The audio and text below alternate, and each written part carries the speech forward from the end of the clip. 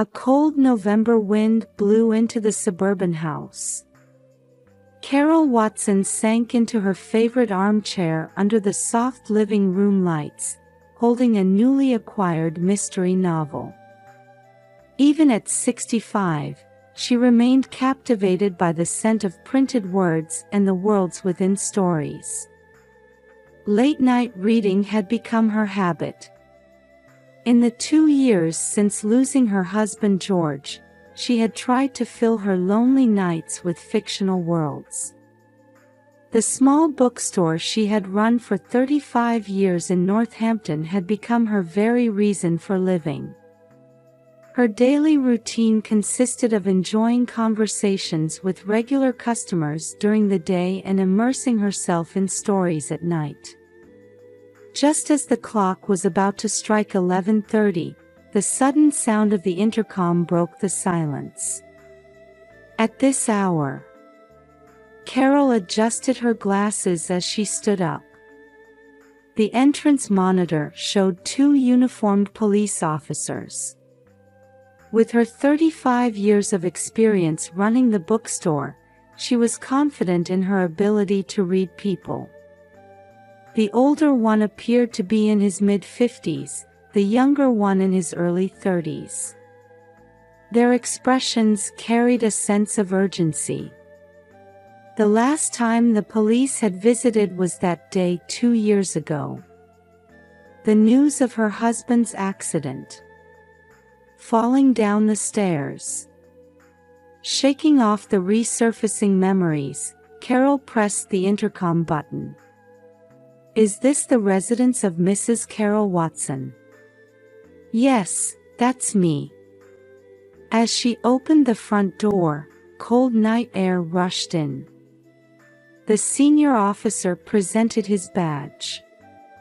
His expression, illuminated by the streetlight, carried a hint of tension. "I'm Officer Johnson from the Massachusetts State Police. This is difficult to say, but..." The officer hesitated for a moment. That brief pause heightened Carol's anxiety. "Your grandson has been found chained up in the basement of a facility in the city." Carol felt as if time had stopped. A ringing sound filled her ears. "But... I don't have a grandson." When she responded with a trembling voice, the officer's expression froze. The younger officer behind him clearly couldn't hide his bewilderment. "What did you say?" The officer's confused voice echoed in the midnight silence. Carol's heart began to pound violently. She hadn't been this shaken since losing her husband George to the stair accident 2 years ago. "We'd like to discuss this in detail. Would you mind coming to the station with us?"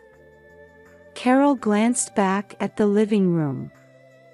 On the table lay the book, still open to the page she'd been reading, a cup of warm tea, and an unfinished knitted scarf. The peaceful everyday life that had existed just minutes ago suddenly felt like a distant world. "Please wait a moment. Let me get my coat." Her steps toward the upstairs bedroom felt unusually heavy.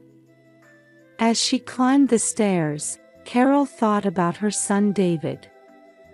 As a local newspaper reporter, he occasionally went on business trips. Recently, he seemed to be pursuing some major story, and his visits had become less frequent. When they met after church last Sunday, he appeared troubled by something. She took out a navy blue coat from the bedroom closet. It was the last Christmas present from her husband. Looking at her reflection in the mirror, the graying hair, the deepening wrinkles, she saw an ordinary elderly woman who had managed a small-town bookstore. She knew David was still single, but a grandson. On her way back downstairs, she paused in front of the study. Her husband's desk remained untouched. Just before the accident, he had said he'd found some important documents. Now she would never know what they contained. As she got into the police car, the younger officer began explaining. His voice carried a note of concern. Your grandson's emergency contact was listed as David Watson. However, we couldn't reach him at the newspaper where he works, and you were listed as David's emergency contact. Street lights passed by the car window. Carol remembered her 35 years at the bookstore. Her husband sweeping the storefront before opening at 8 a.m. Regular customers dropping by on weekends. Members of the church reading group. College student customers. David doing his homework in the corner as a child. What had been happening beneath those peaceful days? The police car drove quietly, arriving at the station in the dead of night. Just before entering the building, Carol looked up at the sky. It was a dark night without a single star visible. Something was about to begin. Something that would shake her life and everything she knew to be true. The heavy entrance door opened with an ominous sound. Despite the late hour, the police station's consultation room was filled with an unusual tension. Carol sat in a hard chair, clasping her hands tightly on her knees. The wall clock was about to strike midnight. Sorry to keep you waiting. A female social worker entered the room. She appeared to be in her mid-40s. Though her eyes seemed kind, her expression was tense. I'll bring in the boy. At those words, Carol's heart began racing. The door opened, and a small boy entered. He appeared to be around 12 years old. His thin frame looked as fragile as a twig about to break. However, what caught Carol's attention was his face. It couldn't be. The boy looked exactly like David. The resemblance to her son when he was in high school over 20 years ago was striking. Carol's hands began to tremble. My name is Ethan. The boy's voice was surprisingly calm. However, in his eyes lurked an indescribable loneliness. David Watson is my father. The air in the room froze. Carol caught her breath. Ethan continued. But I've never met him. Professor Thomas said my father abandoned me. The boy's words were cut off by a sudden fit of coughing. The social worker hurriedly offered him water. Carol started to stand up, but at that moment, hurried footsteps were heard from the hallway. Mom! David burst into the room. His usually neat hair was disheveled, his tie askew. He clearly appeared to have been called away from work. And when his eyes met Ethan's, the blood drained from David's face. Ethan. He called the boy's name in a hoarse voice. Ethan took a step back, moving closer to the social worker as if seeking protection. While we can't make any definitive statements until the DNA test results come back, the police officer began explaining. Based on Ethan's testimony and physical characteristics, no test is necessary. David interrupted. His voice sounded more anguished than Carol had ever heard from her son. He is, indeed, my son. Carol felt the world spinning. David rushed to support his mother's shoulders. Please, let me explain. David took a deep breath and began to tell the truth from 20 years ago. It happened when he was a sophomore in college. A romance with Mary, whom he met in the literature department. Her pregnancy. Following the suggestion of their mentor, Professor Thomas Green, they decided to place the child in a care facility. They were too young. Mary wanted to establish herself as an artist. David was pursuing his dream of becoming a journalist. Professor Thomas promised to find good foster parents. David's voice trembled. But why was Ethan in the facility? That's the core of this case. A new voice rang out. A tall male detective had entered the room. We have strong suspicions that multiple children at the facility run by Thomas Green were subjected to improper treatment. Ethan's testimony is crucial to our investigation. The detective's words began to fade in Carol's ears. Various memories crossed her mind. The documents her husband had been examining before his death. Thomas's unnatural behavior when visiting the bookstore. And above all, the existence of her grandson, Ethan, standing before her. Suddenly, Ethan spoke in a small voice. I've been to Grandma's store. Carol snapped back to attention. The boy continued. I would secretly go there, to read Dad's articles in the newspaper. At those words, tears welled up in David's eyes. Carol quietly stood up and approached Ethan. She gently placed her hand on his thin shoulder. From now on, you can read as many books as you like. Carol's voice was surprisingly steady. The confusion and questions hadn't disappeared. But for now, she would focus only on the child before her. No matter how cruel the truth might turn out to be. Outside the window, the dark night continued. But dawn would surely come. Until then, she needed to prepare herself to accept this new reality. And to bring the hidden truth of this family into the light.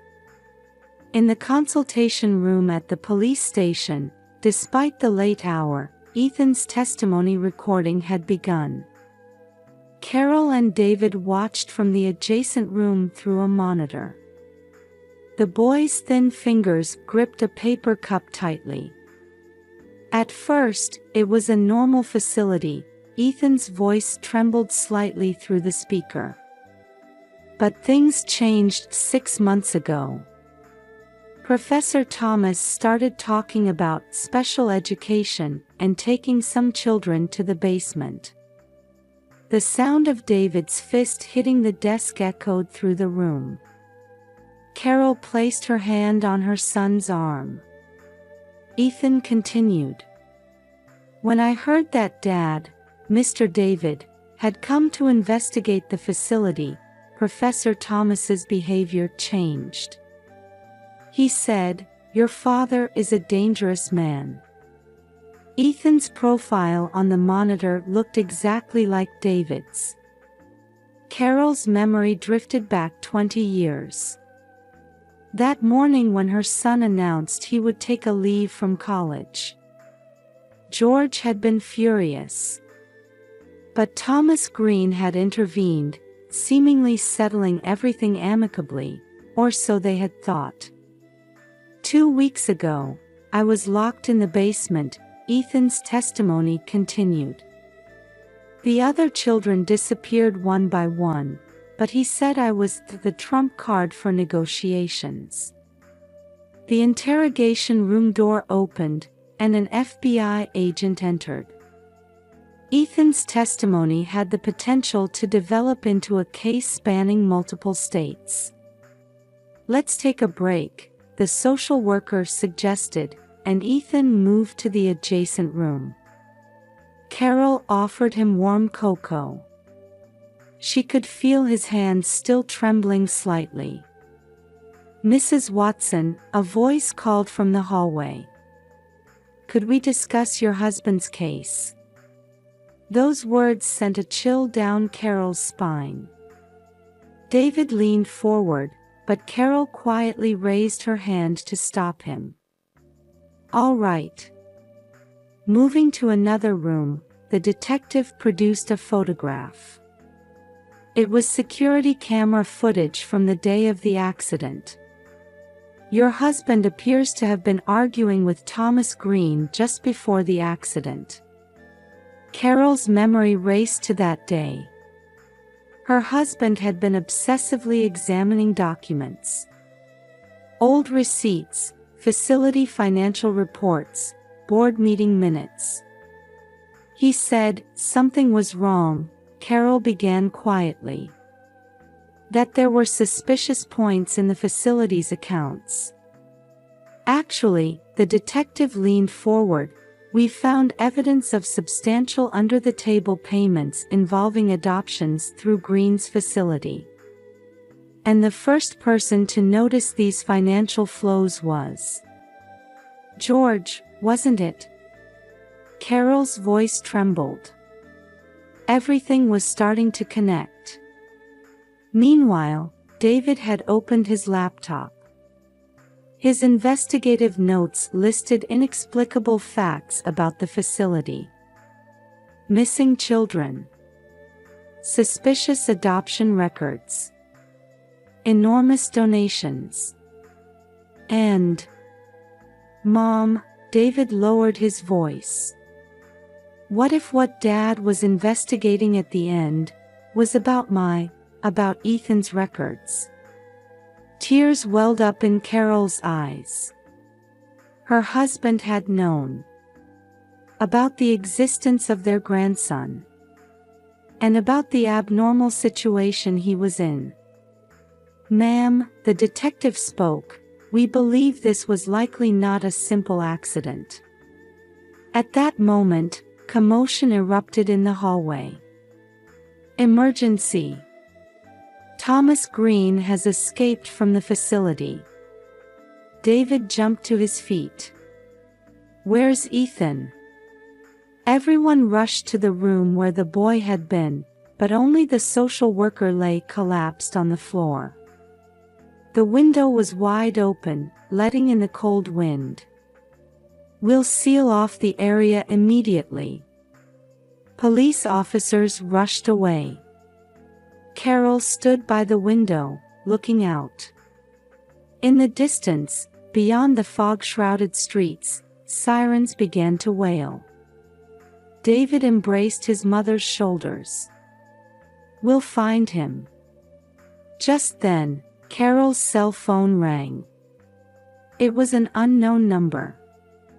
With trembling hands, she answered. "Mrs. Watson," a familiar voice resonated. "If you want to know the truth about George's final moments." On the other end of the line, she could hear Ethan's small sobs. A tear rolled down Carol's cheek. The sun was beginning to rise, marking the start of a new day. But this day would change her life forever. Carol quietly gripped the phone.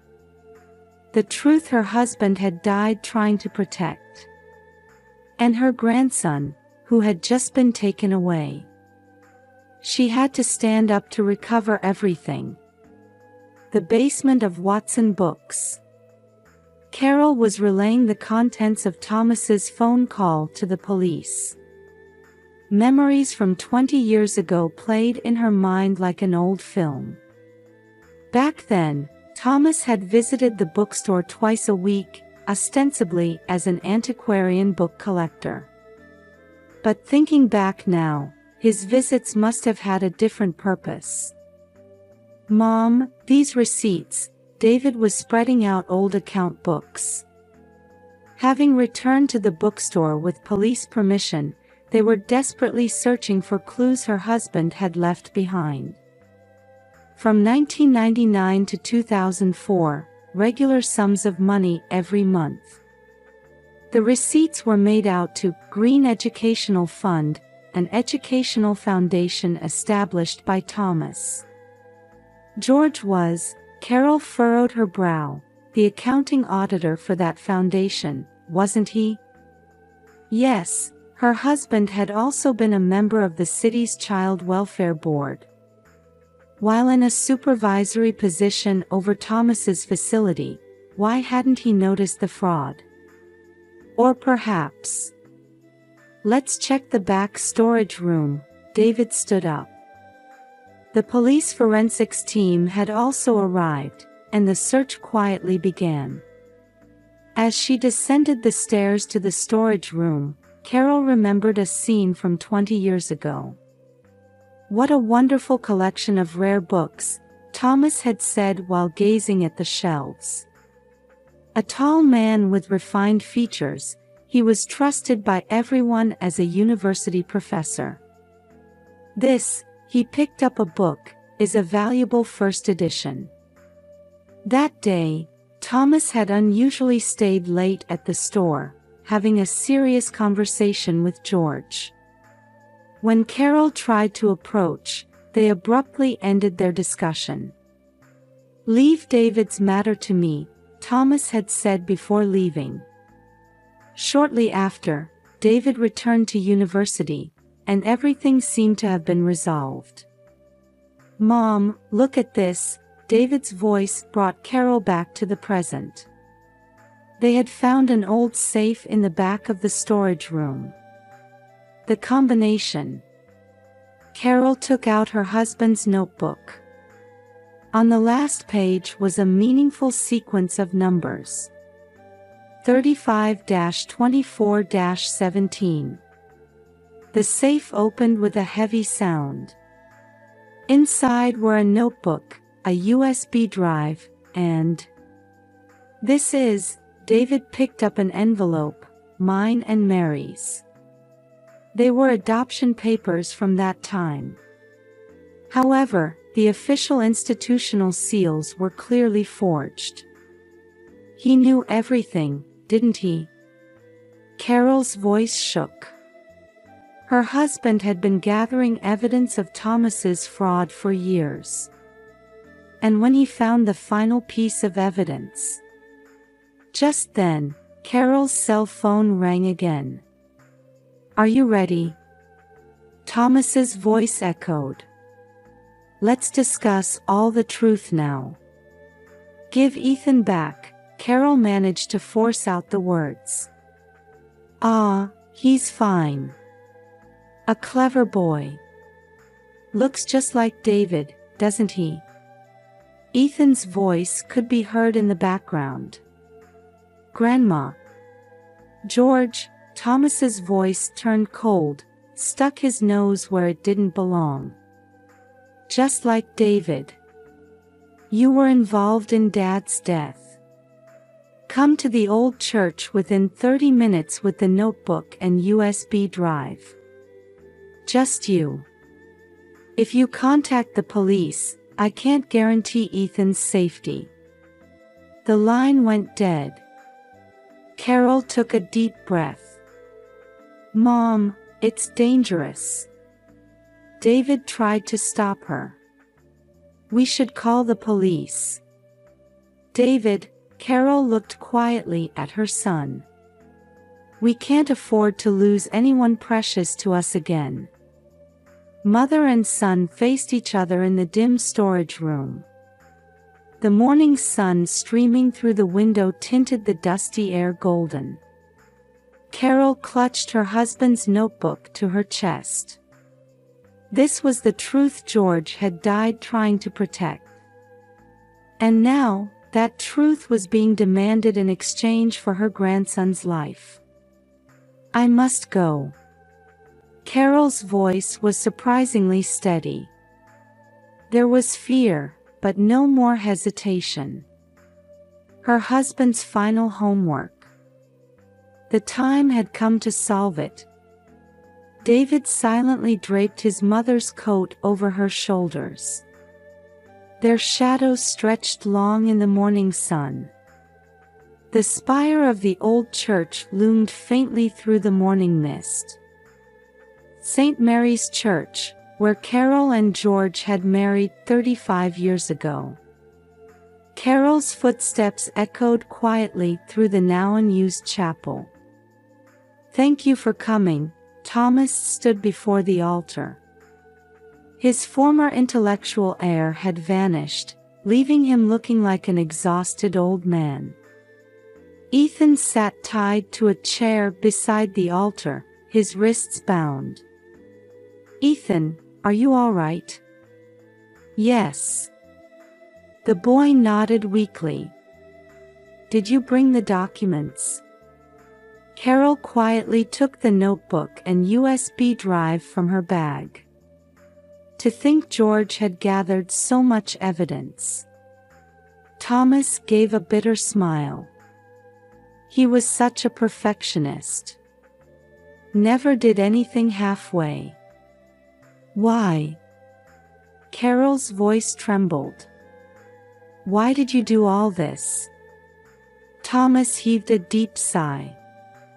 It all began 20 years ago. On the surface, it had been an ideal adoption system.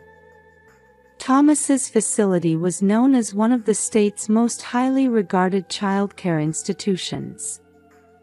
But in reality, it was a gateway for an international human trafficking organization.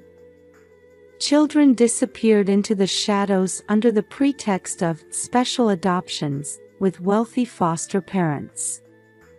"It started with small lies," Thomas's voice echoed. "David and Mary's case was just a coincidence at first. But that's when I realized this system could. Clever methods, forged documents, and enormous funds." Carol's husband George, as the city's auditor, had gradually begun tracking traces of the fraud.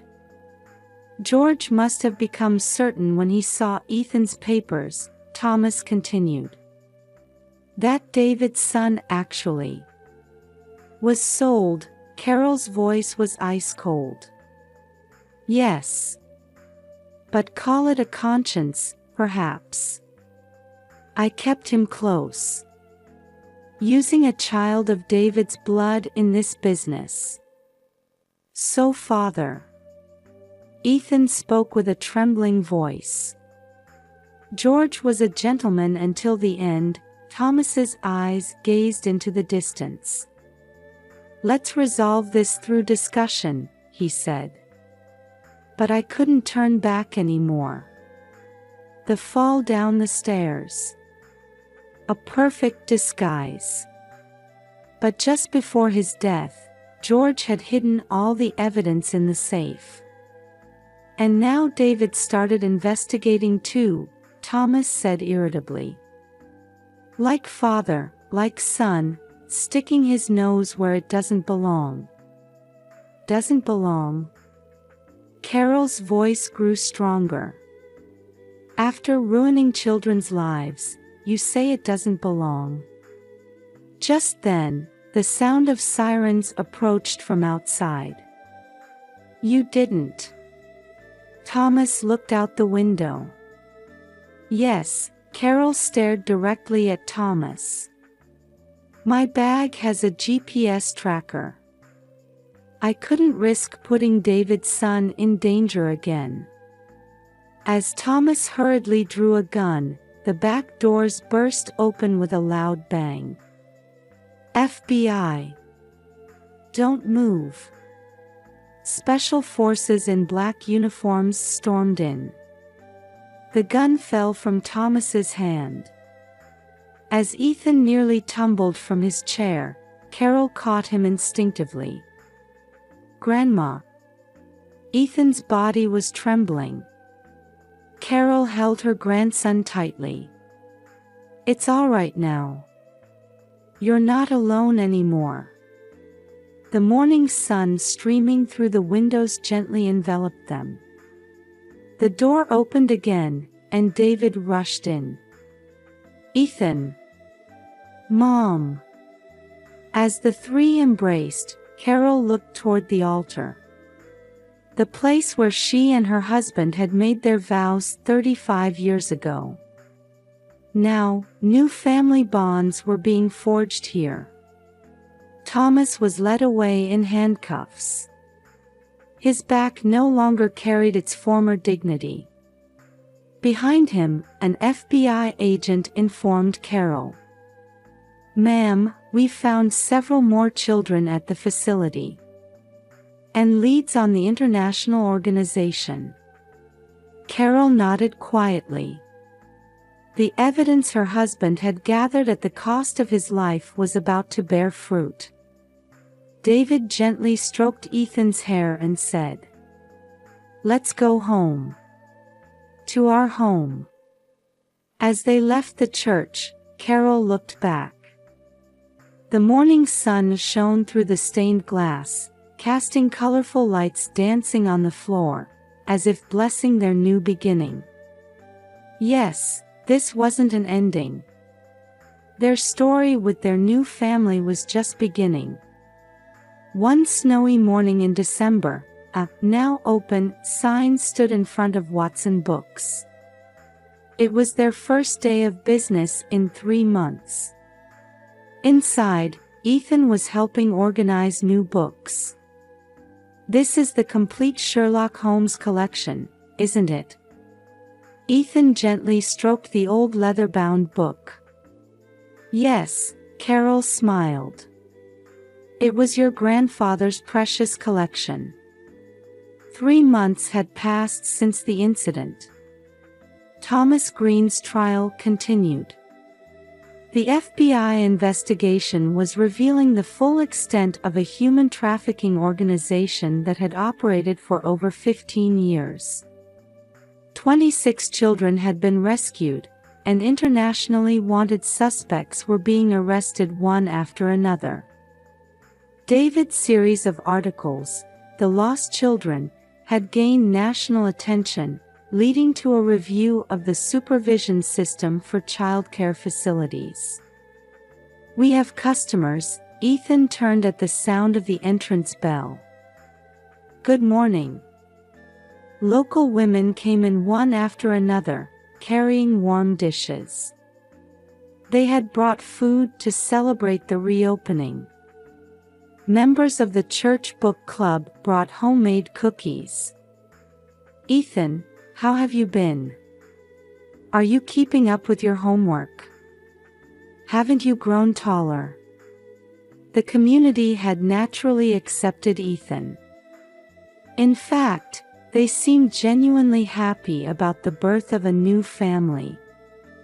"Mom," David came down from the second floor. "Ready for Sunday's speech at church?" For the charity event supporting child care facilities. Carol was scheduled to speak from the podium. She had decided to help create a new monitoring system, carrying on her husband's will.